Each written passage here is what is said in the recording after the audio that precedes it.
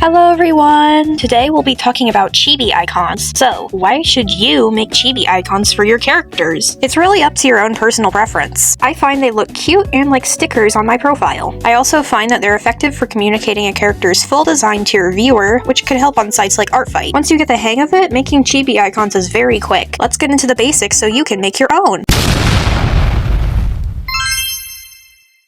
First, let's discuss the difference between normal and chibi anatomy. Normal characters are 5 to 6 heads tall and have more realistic proportions. Chibi characters, on the other hand, are consistently 2 heads tall and have more exaggerated proportions. For example, the eyes, hands, feet, and head are generally larger than the rest of the body. If you try to combine the realistic and chibi style, things get messy.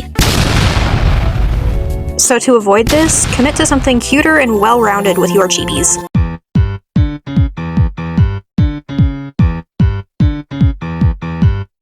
There are 2 different ways you can style your chibis, symmetrically and asymmetrically. Symmetrical chibis are simpler to make, but appear smaller and don't utilize their canvas. Contrastly, asymmetrical chibis can be posed dynamically, making it easier to convey their personality at a glance, but they take longer to make. There is no right or wrong way to pose your chibis, though. Both styles look good simultaneously, so don't commit to just one or the other. This is my pet duck Adam going for his first swim. Be careful, Adam. Adam!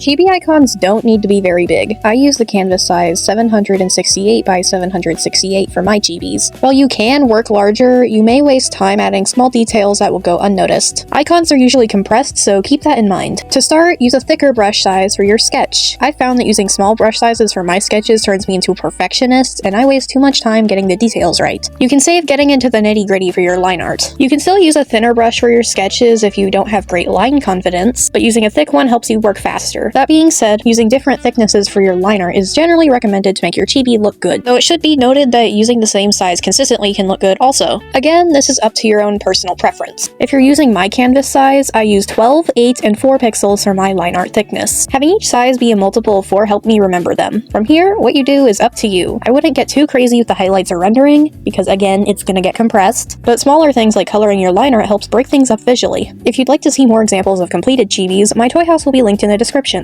Do note you will need a Toy House account to see my page so my art doesn't get scraped for AI model training, since that is unfortunately an issue these days. Thank you for watching! You've made it to the end of this tutorial. I hope you gleaned something useful from it, and have fun making your chibis. Stay safe and stay sparky!